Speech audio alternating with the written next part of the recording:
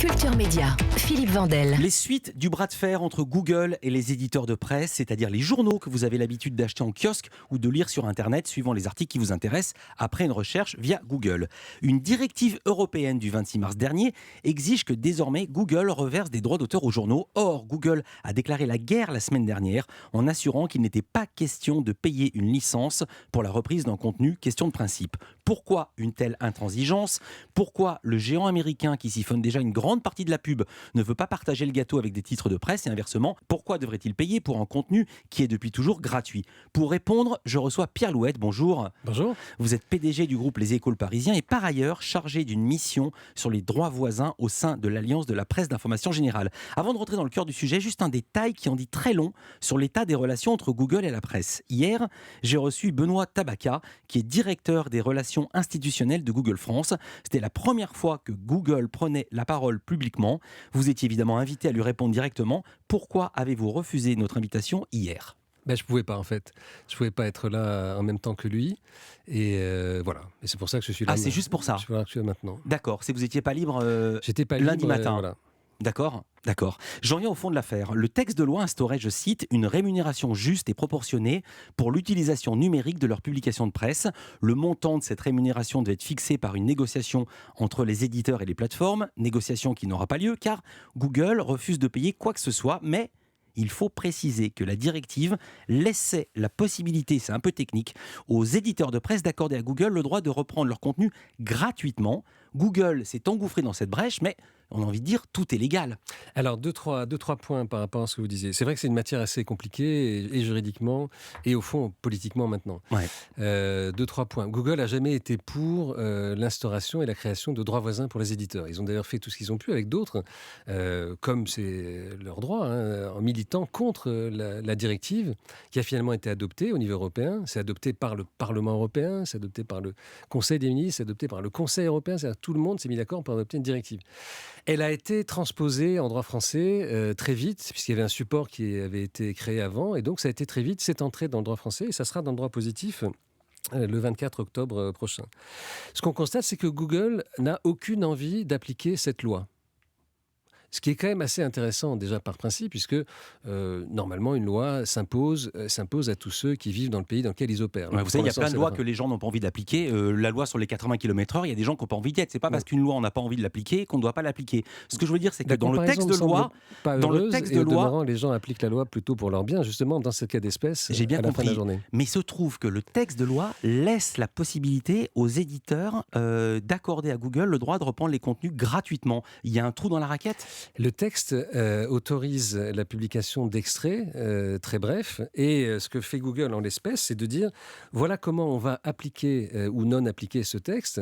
On va laisser aux éditeurs le choix, qui pour moi est un non-choix en fait, de dire s'ils souhaitent être repris ou pas par Google. Est-ce qu'aujourd'hui c'est un choix de dire je veux bien être repris par Google ou pas ? Est-ce que c'est un choix quand Google a ce tel rôle dans le trafic et nous rapporte à nous 30 ou 40% du trafic par exemple ? Est-ce qu'on a le choix de dire ah ben non moi j'y vais plus, je suis plus dans Google. Donc vous comprendrez assez aisément qu'à mes yeux ça n'est pas vraiment un choix. Exactement, c'est ce qui s'est passé en Espagne en 2014 à la suite de plaintes d'éditeurs. Google avait carrément fermé son service Google Actu et résultat, le trafic des journaux a baissé de 30 ou 40%. Voilà, 30-40% c'est un chiffre qu'on connaît. Donc ça décrit d'ailleurs assez bien un état de dépendance économique. Parce que quand on a 30 ou 40% de son trafic qui vient de la même personne, ça décrit cet état de fait. Mais pour être tout à fait précis, parce que Benoît Tabaka l'a été dans son propos, je pense, et Google l'est, avec un bataillon d'avocats qui ont cherché toutes les façons de rendre au fond inefficace cette loi. La loi, elle prévoit qu'il y a une exception au droit voisin qui est la publication de mots isolés ou de très courts extraits, mais la loi, elle dit aussi que cette exception ne peut affecter l'efficacité des droits ouverts au profit des éditeurs par ce même article. Affecter l'efficacité. Ça veut dire quoi concrètement ? Ça veut dire concrètement que si on retient ce que l'on comprend, parce que c'est encore assez récent, du dispositif qui a été mis en place, si on comprend bien ce qui est en place, cela vide largement ou presque totalement de son efficacité la loi qui a été adoptée. Alors laissez-moi juste dire un mot là-dessus aussi, parce que moi je suis de ceux qui considèrent que Google c'est un bon moteur de recherche. J'en suis utilisateur depuis qu'il est né. D'ailleurs j'étais acteur dans Internet en 96, je l'ai vu naître. Bon voilà, je ne peux pas dire que je l'ai boycotté, pas du tout. Ils sont très bons et plus on se sert d'eux, meilleur meilleurs ils sont, c'est un des principes de la chose. Deuxièmement, je les ai souvent vus, j'ai toujours vu d'ailleurs, au fond, défendre leur business model, leur modèle d'affaires, qui, reconnaissons-le, est très très malin. Et d'ailleurs, si vous avez le même, n'hésitez pas à le développer pour vous, qui est de dire, je vais gagner beaucoup d'argent en utilisant plein de choses que je n'ai pas produites. Donc, tout ce qui n'est pas... Donc je n'achète rien, je ne produis rien, mais j'ai un service de recherche que je monétise et donc j'ai plein de publicité qui vient vers moi. Vous savez quand même qu'aujourd'hui, quand on regarde le marché de la publicité sur les téléphones mobiles, par exemple, c'est en gros 90% de la publicité qui est séparée entre deux acteurs. Donc c'est vraiment une situation de duopole qui s'est instaurée et on voit que là, il y a une volonté d'appliquer des règles qui sont les règles de Google et qui sont apparemment assez différentes et un peu au-dessus des lois. Alors, ce que j'ai bien compris, c'est que ça ne vous plaît pas, mais que proposez-vous à la place ? Alors, ce que je propose déjà, c'est assez simple et je pense que ça fait partie aussi de l'analyse de la situation. Il y a là une volonté de faire un nouveau produit qui rend largement inefficace la loi. Moi, je propose qu'on ait cette discussion. C'est d'ailleurs le sens de la mission qui m'a été confiée par l'Alliance des journaux, et qui est de dire il faut discuter avec tous ceux dont l'utilisation qu'ils font de nos contenus ouvre des droits. C'est ça le sujet. Ils vont utiliser des contenus et ça va ouvrir des droits. Je permets aussi de souligner une grande distinction qui est la distinction entre les droits d'auteur, qui sont des droits très particuliers, et les droits voisins d'auteur, et puis l'utilisation commerciale qui est de dire je vais créer de la richesse et de la publicité à partir de... Ce n'est pas pareil, il n'est pas question de vendre nos contenus, pour le dire bien clairement, parce qu'il y a une sorte de confusion qui est entretenue, il n'est pas question de vendre nos contenus à Google, il est simplement question de dire que si nos contenus sont mis en visibilité, eh bien ça ouvre des droits, c'est ce que la loi a dit. Pierre Louette, vous avez fait valoir votre point de vue, vous avez défendu notamment les éditeurs de presse français contre Google. Je vois maintenant qu'on entend les arguments de Google. Pour eux, ce n'est pas une question d'argent, mais de principe. C'est ce qu'a déclaré Benoît Tabaka, le directeur des relations institutionnelles de Google France. Il était mon invité sur Europe 1 hier, on l'écoute. C'est pas une question d'argent. Non, c'est un principe par rapport à la manière dont le moteur de recherche fonctionne. Et ça, c'est quelque chose qui est très important pour nous.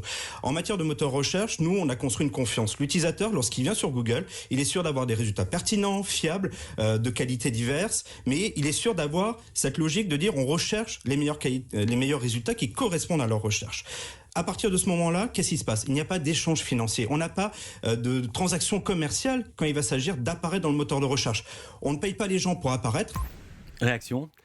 Alors, c'est une réponse qui est absolument hallucinante et ça m'étonne beaucoup de leur part parce que c'est évidemment pas du tout le sujet.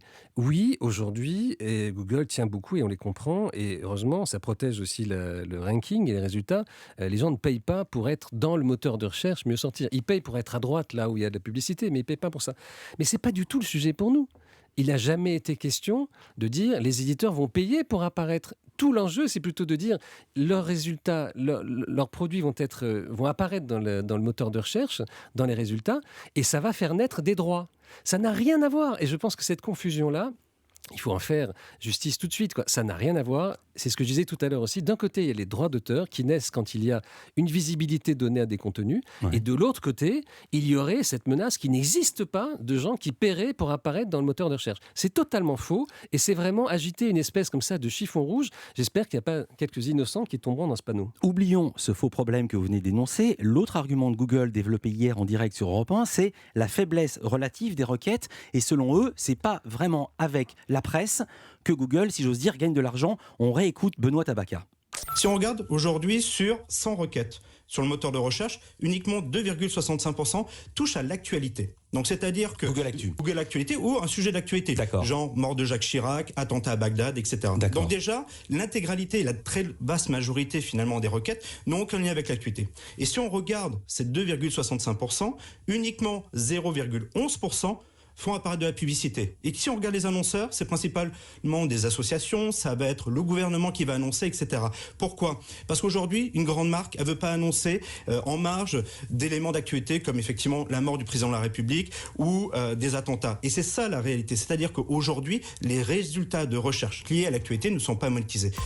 Pourquoi les journaux ne les monétisent-ils pas davantage, justement ? Alors déjà, premier point, si c'était tellement peu important, on ne voit pas du tout pourquoi ils ne voudraient pas payer des droits. ils en ont visiblement rien à faire. C'est tout petit, c'est ridicule. Donc, pour un groupe aussi opulent, on parle de quelques nanosecondes de leur profit à répartir entre les éditeurs. Donc, franchement, l'argument, il peut se retourner dans tous les sens. Non, mais je pose la question. Je reprends son argument. Si Google envoie du trafic sur les journaux, pourquoi les journaux n'en profitent pas pour monétiser tout ce trafic-là et placer de la pub? Alors, point numéro 2, oui, les journaux, par ailleurs, reçoivent, on l'a dit tout à l'heure, 30 à 40% de leur trafic vient de ce même acteur surpuissant. Et donc, effectivement, c'est à eux ensuite de le monétiser, ce trafic, comme ils peuvent, et d'avoir des recettes publicitaires. Et voilà, et ils le font aussi bien qu'ils peuvent, plus ou moins bien. Mais voilà, donc c'est un autre problème. Encore une fois, il y a deux choses qui sont liées. Troisième point qui, moi, me paraît assez intéressant, mais je pense qu'on avance dans ce débat et on va avancer. Tout d'un coup sortent des chiffres dont on n'a jamais eu connaissance. Moi, je ne sais pas. Est-ce que c'est 2,65%? Est-ce que c'est plus? Est-ce que c'est moins? On n'a jamais eu de chiffres comme ça. Les éditeurs américains, eux, disaient c'est 40% des recherches qui concernent l'actualité. Les 2,65% et les 0,11%, je suis comme vous, je les ai découverts ce matin. Non, mais c'est bien, mais on apprend des trucs. J'espère que ce sont des trucs vrais. J'ai pas de raison d'en douter. Mais en tout cas, on est face à une espèce de boîte noire.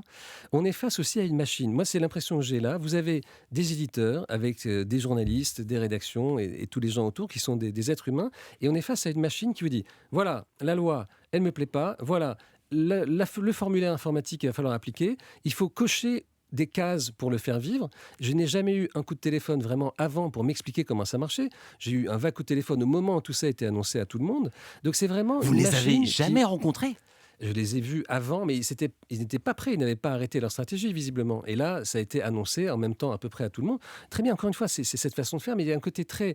La machine annonce comment elle va appliquer la loi, ou plutôt la non-appliquer. Je signale simplement qu'on est face aussi à un acteur qui commence à peine à appliquer, ou va appliquer peut-être des lois comme payer des impôts, comme se mettre en conformité avec un ensemble de dispositifs, pays par pays, dans lesquels il opère. Ils ne sont pas au-dessus des lois, ils rentrent dans l'atmosphère aujourd'hui, et il faut que ça continue. Alors Pierre Louette, vous mettez ce conflit commercial sur le plan politique. Vous avez dit ce qui se passe constitue une atteinte majeure à la démocratie. Dans quelle mesure?